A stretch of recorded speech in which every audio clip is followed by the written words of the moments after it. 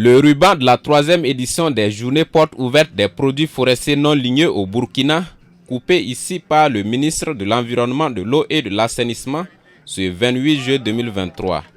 Ces journées portes ouvertes sont initiées par l'association Femmes 2000 en vue de faire la promotion des produits forestiers non ligneux à travers des expositions.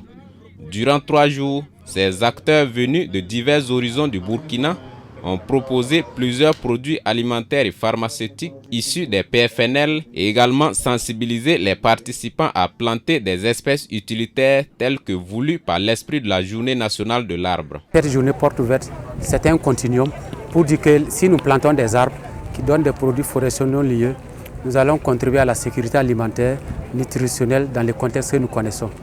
Donc c'est l'occasion pour nous, au nom du chef de l'État, son Excellence capitaine Ibrahim Traoré, de féliciter l'association Femmes 2000 pour leur résilience dans l'organisation de l'activité qui a sa 3e édition.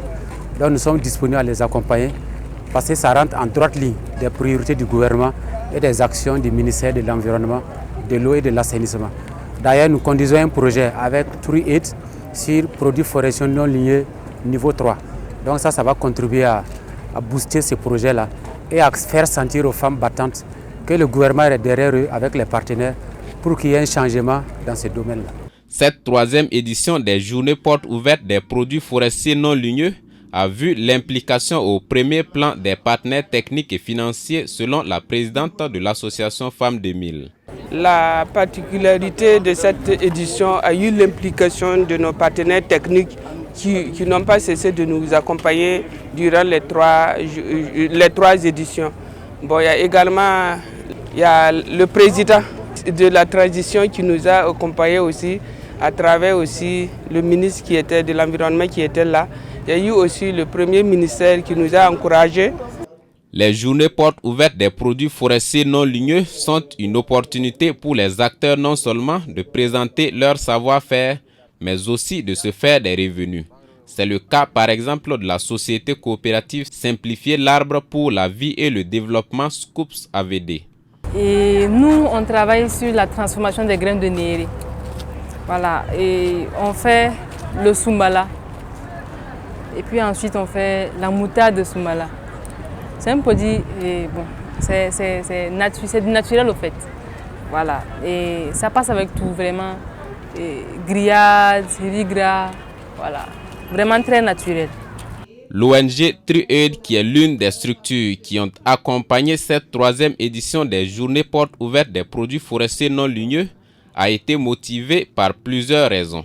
En tant que TruAid, la valorisation des produits forestiers non ligneux est un de nos core business. Quand on dit core business, c'est-à-dire c'est l'une de nos activités principales.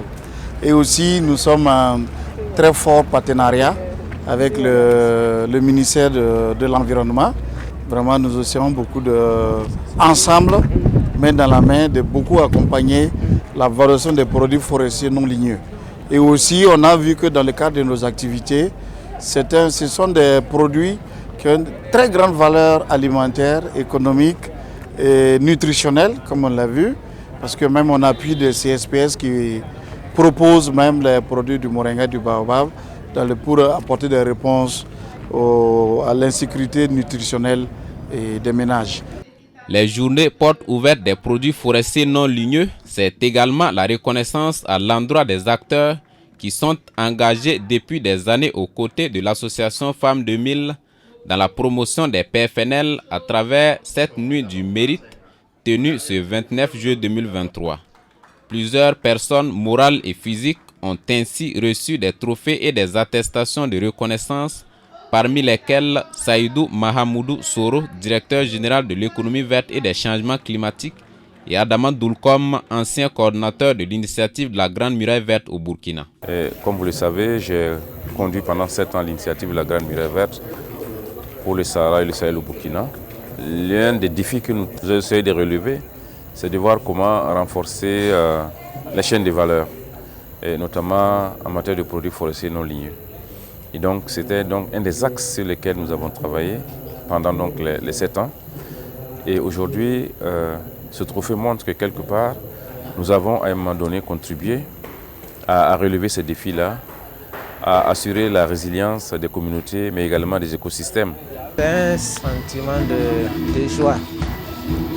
De joie et également de fierté qui m'anime du fait d'avoir songé à organiser cette soirée pour récompenser les acteurs qui, depuis des décennies, travaillent à la valorisation et à la promotion des produits forestiers non ligneux. Pour la présidente de l'association Femmes 2000, ses partenaires distingués se sont investis de plusieurs manières pour la réussite des différentes éditions des journées portes ouvertes des PFNL et plus précisément pour la promotion des produits de la filière.